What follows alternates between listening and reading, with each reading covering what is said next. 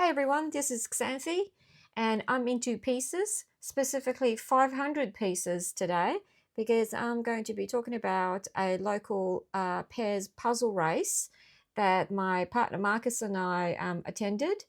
And it was run by a local group called Jigsaws Anonymous. Um, they've been around for a few years now, and they normally organize events such as social puzzling, where they get together and a few tables and people sit and puzzle. They have competitions as well. I've never really been able to attend because they're sort of located quite far from me. It's quite a sprawling city that I live in, and it's during a weeknights, so it makes it a little bit more difficult. But this time they had this race that was happening on a weekend, so it was still quite far, but it was worth going. And so Marcus and I decided to enter and to compete. Now, just a little bit about Jigsaws Anonymous as well. It's run by a collective of, as you would imagine, jigsaw lovers.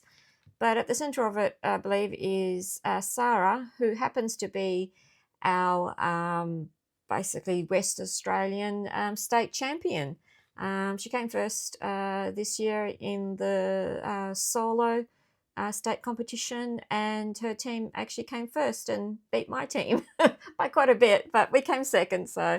Um, so yeah, it's good to see people locally putting together events, and I have to say this was a beautifully run local event, but I'll get to that in a sec. Um, First of all, it wasn't just the fact that it was a race. There was other things going on. There was a swap table where you could, of course, leave one and take one. The idea was that you take a 500, you leave a 500 piece puzzle, but it wasn't closely monitored. It was more like an honors system, which was nice. And I managed to pick up and leave a few puzzles, and I was quite happy with what I got. Also, on one side, they had a table set up with the puzzle out that people could work on, before the race started. So it was just for a bit of fun. Also, there was a raffle that included a whole heap of things, and also a merchandise table, a lot of homemade items from apparel, basic bags, you name it. That was off to one side next to where the raffle was. And of course, it was all jigsaw puzzle related items, as you would expect. And there was also a stand by Puzzle Ninjas, which is a local business here that sells puzzles. And yeah, they had an array of puzzles. They do have an online store. So I'll pop down the link to their store in the descriptions to this video, so you can check that out. So it wasn't a huge event, but it was nice. There was lots of things going on.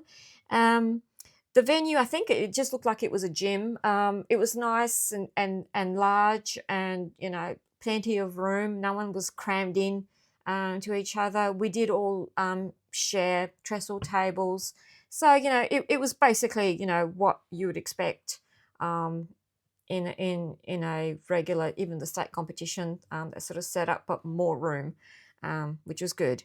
Now there was 44 pairs competing, and we had 2 hours to complete a 500 piece Ravensbuger puzzle. And the rules, I'll just pop them up for you, but it was just the basic rules that you pretty much would find in most competitions. So there was nothing terribly restrictive about them, which is great. We were sat in the front. I think you could pretty much choose where you wanted to sit, and I think Marcus picked that spot, and I was happy with it. and I shared my table with two other puzzlers that I know, Isabel and Jackie. Hello. um, and yeah, we got going, and we raced. Well, it was called the Music Room, and I had seen this puzzle. I actually have it in my collection, but I hadn't gotten around to doing it. So I was vaguely aware of all the elements, in this, puzzle. It's a bit busier than what I would have, chosen for myself. But Marcus is good at busy, so that's good. Um, the first thing that he wanted to do was tackle the red, so I let him go for that. And in typical fashion, we had a moment to sort of just look at the image before we started, and the first thing I said is, "Oh, I'm gonna go for all the musical notes, particularly that armchair that's covered in the musical notes, because that just stood out to me." And I thought, "Oh, that'd be good to start with."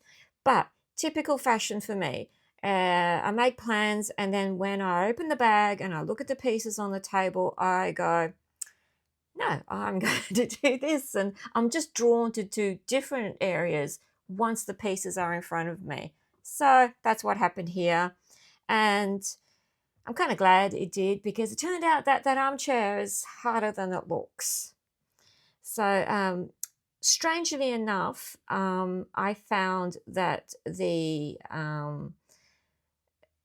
vegetation is usually tricky, but I found myself gravitating towards the vegetation. And I think it's because in different parts of the image, they're all different. It's different foliage. So, you could work out, where does this go and where does that go? So there wasn't that much in it to really trip you up. Marcus did handle quite a bit of the things on the shelves, and because the sort of small detail, which he's good at. And I must also mention that we did it facing opposite each other, so I don't tend to like puzzling upside down if I can help it.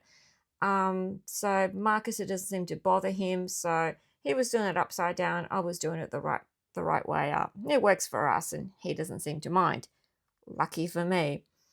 Um, so yeah, busy puzzling away, and suddenly cheer goes up, and first place.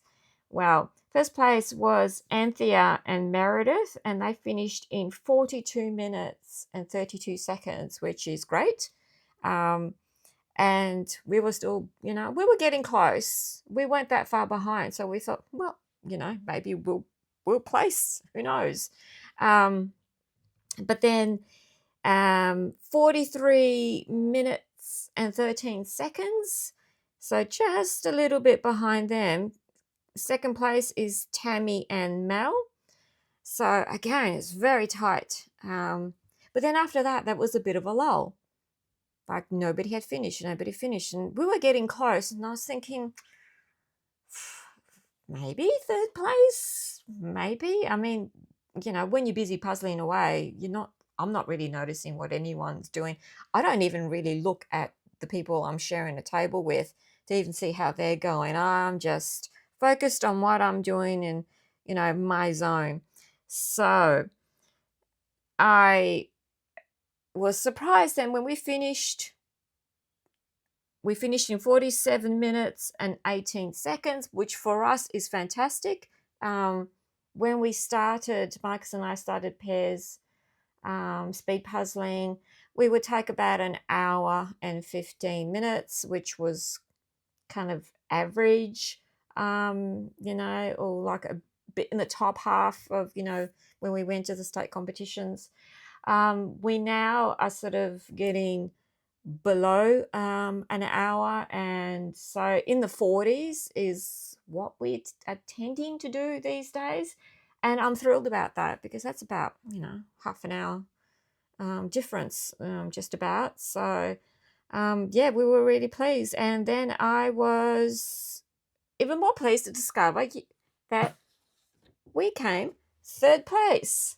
So we were utterly thrilled to have come third place, and it's not what I was expecting at all, to be honest. So special mention though to fourth place, Olivia and Georgia, who came. So we came 47 minutes and 12 seconds. They came 47 minutes 18 seconds. So there was a difference of 6 seconds between third and fourth place. So I was so tired. So we were quite lucky to scrape in with third place there. Um, Also, it was kind of nice because out of the 44 pairs, there was only 2 pairs that didn't finish the puzzle within the 2-hour mark. So it's kind of nice when, you have the majority of people able to finish. Um, there was like a real mixture. Obviously, as most competitions, it's dominated by women. But it was a few men there, and there was a few younger people as well, which was good to see. And so this puzzle, I decided that I would try and speedrun it at home afterwards, about a week or so afterwards. I didn't do it straight away, just to see how I would cope with it solo. So I gave it a go, and I'm pleased to say that I finished it in about 1 hour and 6 minutes, which for me is incredibly quick. Now I realize I had already, done some of this puzzle, so that helps. If I had never seen it before, I've never done it before, it would have taken me longer, obviously. But for a second go around, it was good. And not only that, but it was a second go around, but I had not done part of this puzzle. And the funny thing about doing this puzzle is that, oh, you can see there's a cat there, the orange cat. And then as you go and you go, oh, there's another cat. And there's actually 3 cats in the image. And it's funny how you do not discover these little details until, you're well into the puzzle. So there were parts of this image that I hadn't done at all. Obviously, Marcus had done them. And so it was good to be able to do a solo run to get experience on the whole image, and do the bits that I hadn't done, I hadn't barely even looked at, to be honest. So that was good. So overall, talking to other people, I noticed that a lot of the feedback was that they were really happy with the image, with the puzzle. I didn't really hear, any negative sort of comments about it. So that was good to have, people competitors who were quite happy puzzling away this image. And I agree, it's very pleasant to do. So that was good. And so, of course, there was a presentation of prizes and things. So as third place getters, we got a few things, including 2 $10 merch vouchers. So like I said, they had a merch table and stuff. So next time we go to another event, we got that up our sleeves. We also got some cute sort of key rings, and I'll just pop a picture up of all the prizes so you can see a little bit better. But we got those each, and we got 2 puzzles, and one is Clementoni. It's just called London. It's panoramic. It is I think of London Bridge. Yeah, Big Ben there as well. I do like a panoramic. This looks challenging but doable, and Clementoni are a very nice brand. And we also got a fun box, Cincinnati Bridge at Dusk is what it's called. And I don't know if you're familiar with Funbox. It is an Australian brand. The quality is top notch. Really lovely, thick pieces, nice fit. The box is incredibly sturdy. it's yeah, a nice quality. And I just realized that both puzzles are of bridges, strangely enough. So there they are. Yeah, they're both bridges. So just coincidence, I suppose. So yeah, caught up with some puzzling friends there as well, and just had a general chat with people. It was a quite a casual, fun event. Of course, there was a race, there was a competition, but it wasn't super competitive. So yeah, I just went along for the fun, and bonus, Marcus and I got third place. So great. um, One thing is that Marcus always cracks me up, and he really cracked me up at the end of the event.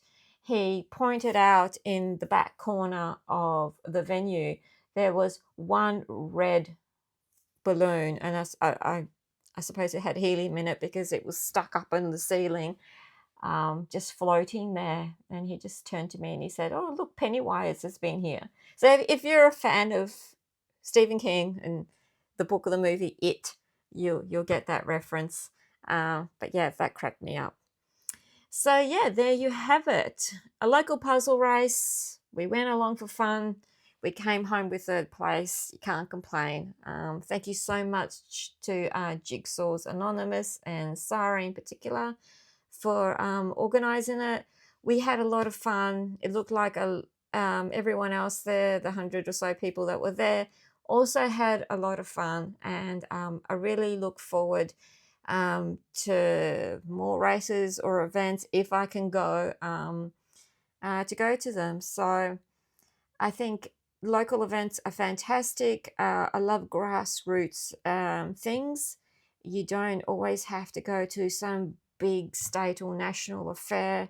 You can keep it more low key. It does attract more social puzzlers as opposed to speed puzzlers, but that's good because it introduces new people to the concept of speed puzzling. I dare say a few of the people there have never done it before. So, yeah, I hope you enjoyed my little report on this event. I would love to know if there are any local puzzling groups where you live, and also have they put on any speed puzzling races, events, in-person ones.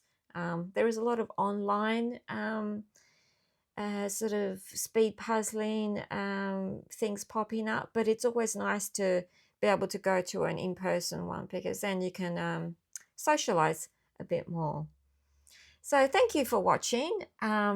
If you enjoyed this video, please consider subscribing. I try to get a new video up once a week, usually on Sundays. And I hope you will join me again next time. See ya.